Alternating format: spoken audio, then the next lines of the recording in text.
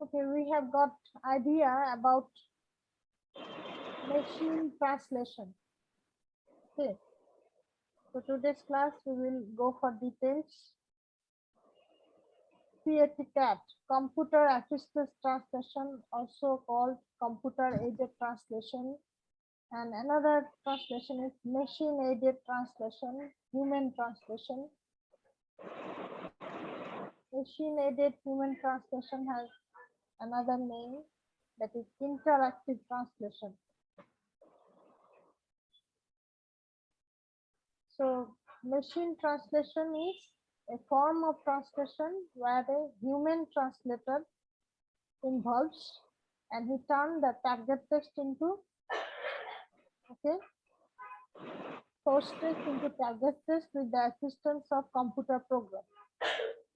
So machine translation is a process whereby a computer program analyzes a source text with the target text with the intervention of human. So machine assisted translation, that or MAST, is a form of translation where a human translator involves and he assisted the translator in analysis a source text into the target text, and it is also one kind of computer programming. So here there are techniques. It is a process. It has human intervention. With the help of computer programming, analysis of source text into target text is done. Okay. So computer assisted translation, it can include in a programming there are some hints of dictionary and grammar software are also present. So machine aided human translation include two things: standard dictionary and also grammar software. Okay. So translation is, if we want to make, so there will be specialized computer programming. Okay. And it has some divisions like translation, memory, terminology management, concordance, alignment programs like that. There are some tools which facilitate human translation, but these tools don't provide us translation. It is the functional tools that broadly it is called machine translation. Okay. Computer assisted translation, CAT, is also called computer aided translation. It has another name, machine aided human translation or interactive translation. It is a form of translation where human translator involves. It has a programming through which, computer programming through which it analyzes a source text with a target text. Okay. Computer, the machine, that is the programming, supports a human translator. That can include standard dictionary and grammar software. Okay. So this programming has some specialized other programs available to the translator, like translation memory, terminology management, concordance, and alignment program. These programming or these tools facilitate the human translator or speed up his work. whereas these tools do not provide translation. Okay. These tools broadly it is called a machine translator. Okay. This is about computer assisted translation. Okay, CAT. Then another one is machine translation.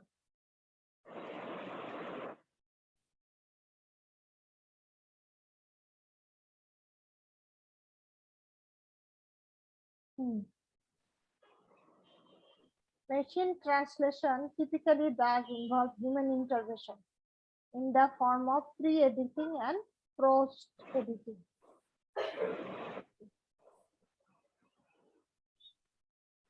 Pre-editing and post-editing, it does machine translation. And what it does also, MS, that is machine translation tools, and produce useful results, especially if the machine translation system is integrated with a translation memory system. Unedited machine translation is publicly available through tools on the internet, such as Google Translate, Babelfish, Babylon, Stardic, etc. With the internet, translation software can help non-native speaking individuals understand web pages published in other languages. Internet, with the help of it, translation can help also non-native speaking individuals to understand web pages published in other languages. Interactive translations with pop-up windows are becoming more popular. This pop-up window tools show one or more possible equivalents for each word or phrase. And possible equivalents can be grouped by pronunciation also. Machine translation is a process whereby a computer program analyzes a source text with the target text without human intervention. Human থাকবে না. In reality, however, machine translation is involved in the form of making pre-editing and post-editing. Unedited machine translation is publicly available through tools on the internet such as Google Translate, Babelfish, Babylon, Stardic. Draft translations under favorable circumstances give the gist of the source text. So a rough translation, that is undone, that is not translated form. Okay, it can give you a gist of the source language text. Okay, with the internet, translation software can help non-native speaking individuals to understand web pages published in other languages. Interactive translations with pop-up windows are becoming more popular. Human operators merely like to select the equivalent text. Okay. Interactive translations with pop-up windows are becoming more popular, and these pop-up tools show one or more possible equivalent for each word or phrase that translator they can make. And they can also, just a minute. Oh. বাইরে ওই যে ইমেলটার কথা বলতেছি না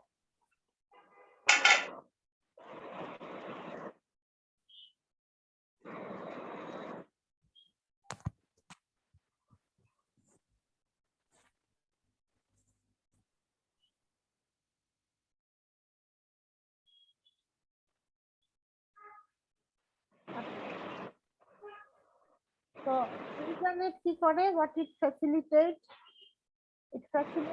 translation software to help non-native speakers to understand web pages in other languages. Through interactive translations with pop-up windows, they are very popular, and pop-up window tools show one or more possible equivalent for each word or phrase. Interactive translator tools, what we can get: one, the equivalent words or phrases can be found in other languages. It can also help us, okay, to get the pronunciation of other languages words and phrases. The tools show one or more possible equivalents for each word or phrase. Human operators merely need to select the equivalent, and the possible equivalents can be grouped by pronunciation. Pronunciation homophone can be grouped. Okay. Companies, some private companies such as Extaco produce pocket devices which provide machine translations. Pocket devices of machine translations. Okay. Company name is Extaco. Extaco produce pocket devices that provide machine translations. Relying on machine translation ignores that communication in human language is context embedded. What does it mean? That means if we too much rely on machine translation, it may ignore that communication in human language is context dependent. So a person needs to comprehend the context of the original text in order to make it a form.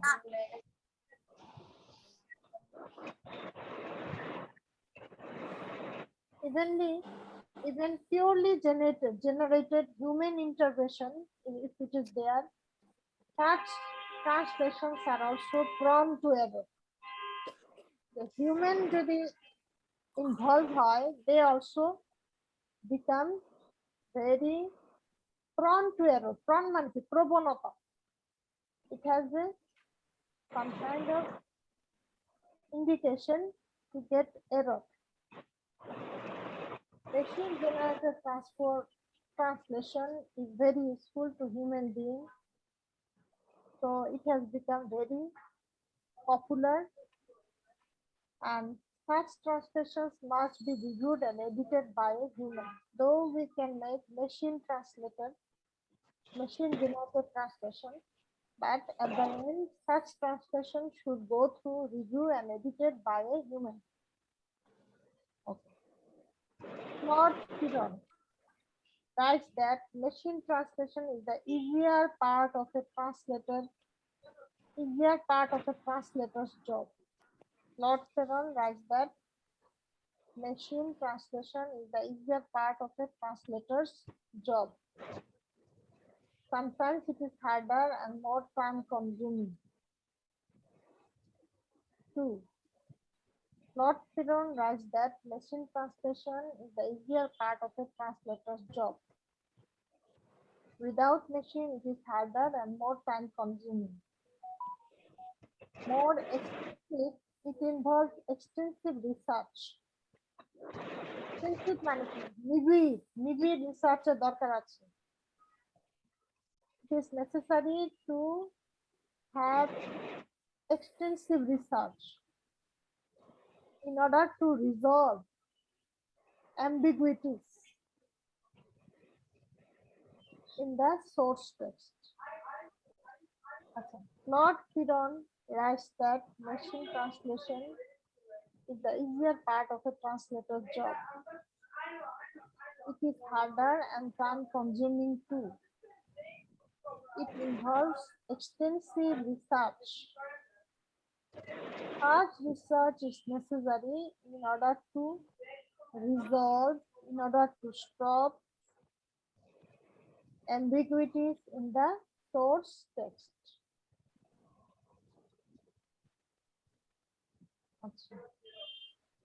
Today's class, the two topics are there. If you have any question, you can ask me.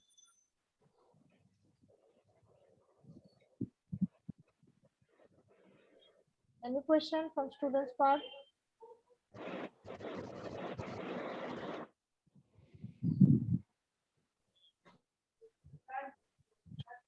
Machine translation.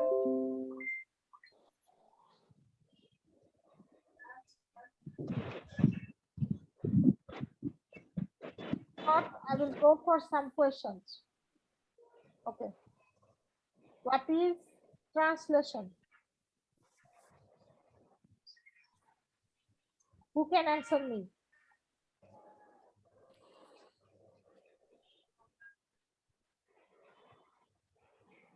What is translation?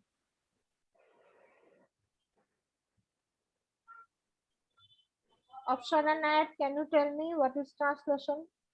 Simple way, what you can understand.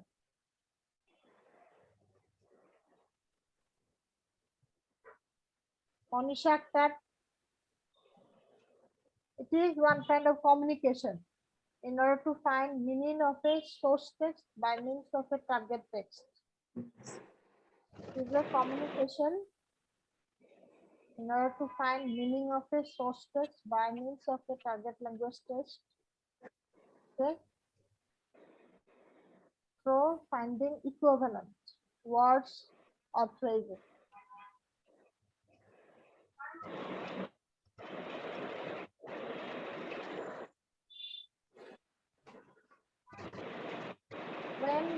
When did translation start? Monisha Akhtar, when translation started?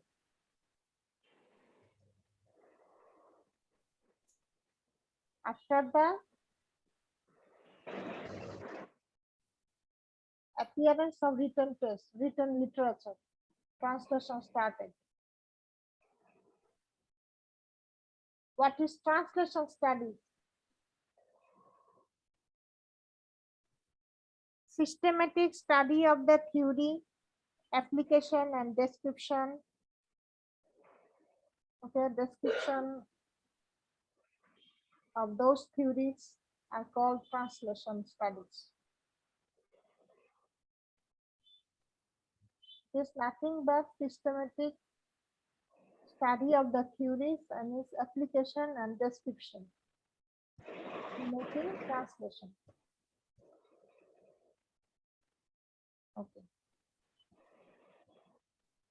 Then say verba pro verbo. What does it mean? Who followed it?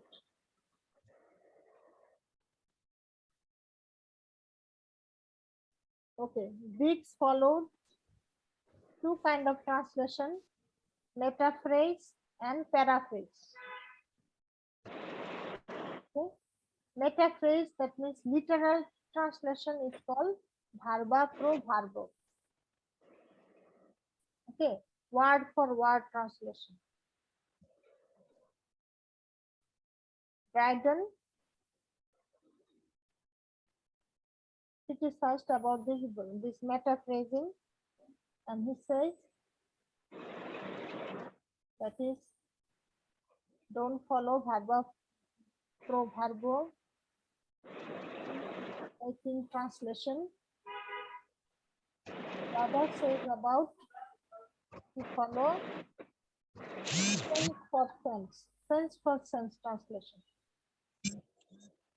Okay. What is view about translation theory? Dryden's view.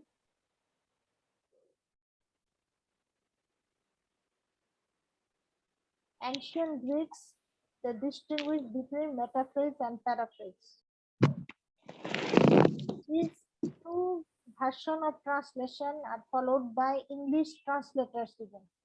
Whereas great English poet and translator Dryden criticized about this metaphrasing. He said that translation should be a judicious blending of both the phrases. Okay. And to find out the equivalent expressions used in source language. And translation is nothing but the blending of two kind of phrases and to find equivalent expressions in the source language. Okay.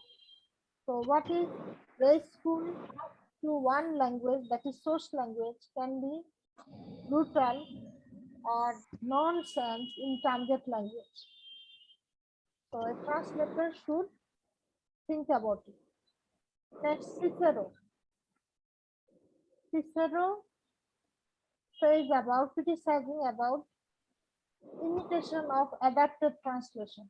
He says translator's job is just like a printer. He copies life. Okay. So the general formulation of the central concept of translation is to find out the equivalence. Equivalent words and phrases from source language to target language.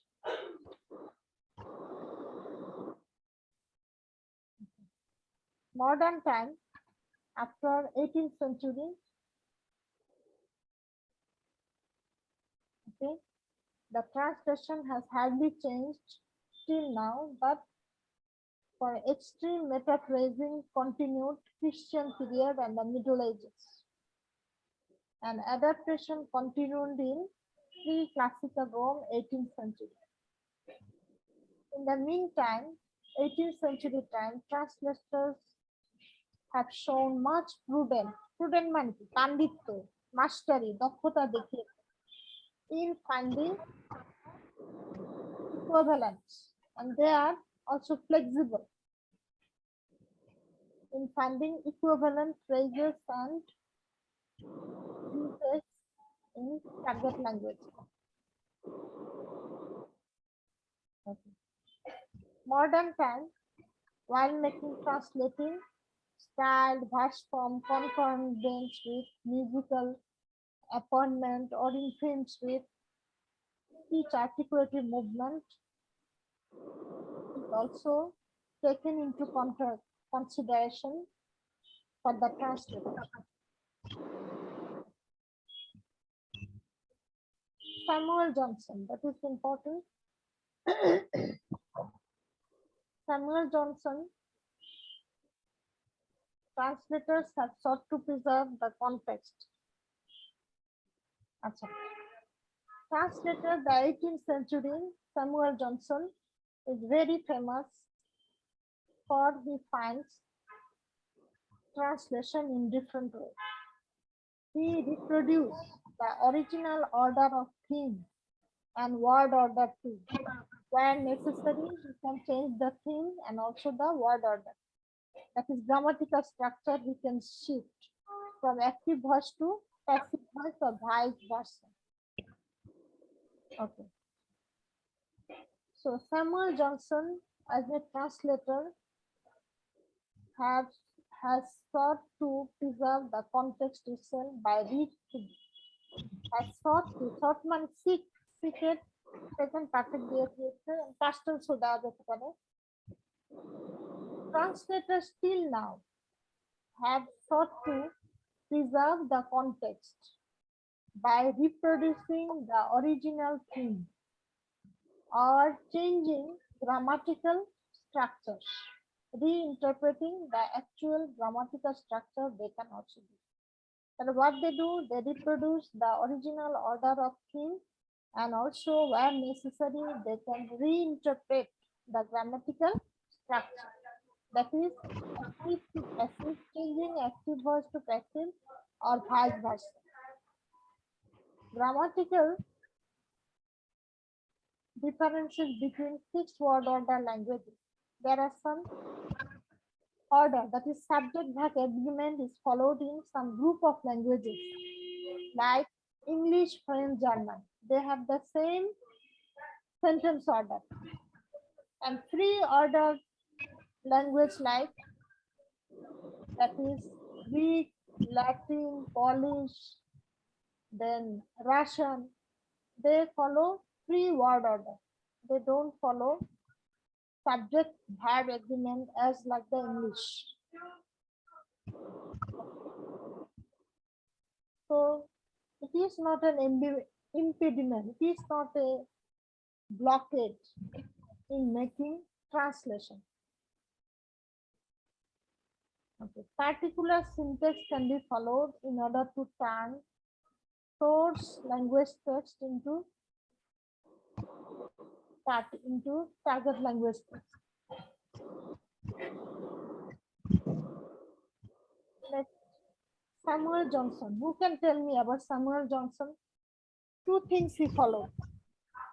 One thing is that is translators till now have sought to preserve the context by reproducing the themes and also reinterpreting the grammatical structure, that is active to passive or vice versa. Grammatical differences are found in some languages like Greek, where they have fixed word order, like French, English, French, German. And there are some languages who have free word order, Greek, Latin, Polish, Russian. And these languages are no blockage. Don't create any blockade, don't create an impediment in making translations. Okay. So English, French, German, they have fixed word order. So some words can be taken. Some grammatical structure can be followed in three languages, same way. So they have followed the same grammatical structures. So in translating English into French, translators don't go through much hardship. Okay. Then some translators can follow sentence structure. Sentence structure of a source language text, which can be adjusted to the syntactic requirement of the target language. In some languages, there is a fixed sentence structure that can be adjusted to the syntactic structure of the target language text.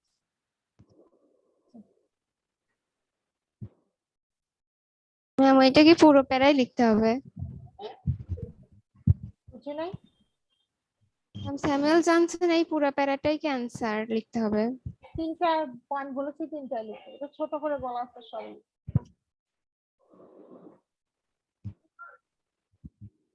Okay.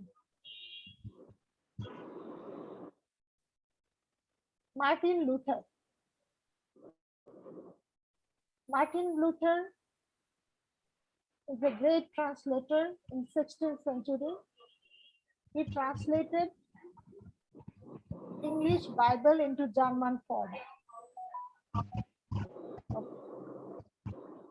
And he is very successful in doing his job. But he says some terms, some concepts in one language cannot be translated in another language. It is untranslatable.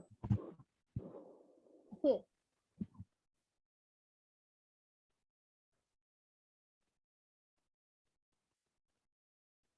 In doing translation, a translator must maintain ratio in applying metaphrase to paraphrase.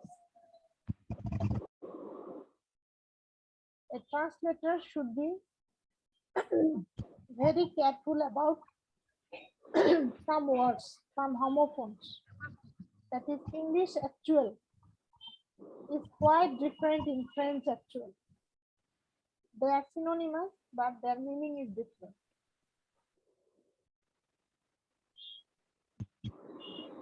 Okay.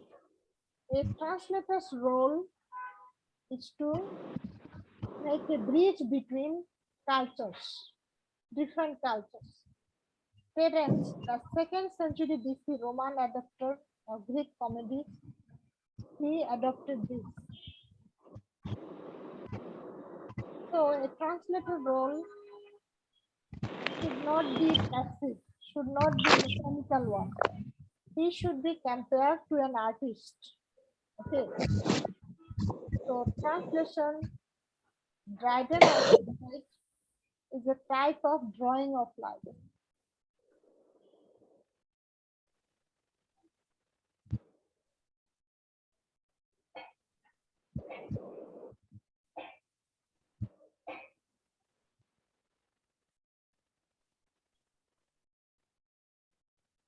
এগুলো সবই একটু একটু পড়ানো হচ্ছে fidelity versus transparency.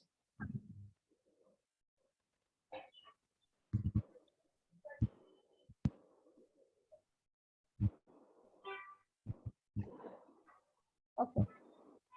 Fidelity or faithfulness and transparency are often at odds. Okay. 17th century French critic, he says that is a translator is just like Les Bellis infidel. That means it means a young woman cannot be beautiful or cannot be faithful at the same time. Either they be beautiful or unfaithful, or faithful or ugly, she can be. But at the same time, she cannot be faithful or beautiful. So faithfulness, to extent a translation accurately renders the meanings of the source text without distortion. A translation should render the actual meaning of a source language in translating target language. So in translating source language, it should not follow any distortion in meaning. Meaning should be same. That is called faithfulness. Okay. Transparency. So transparency means transparency appears to a native speaker of the target language in the written form. And it should be confirmed. So confirm means it should be adjusted to its grammar, syntax, and idiom. So a translation that meets the first criteria should be called faithful.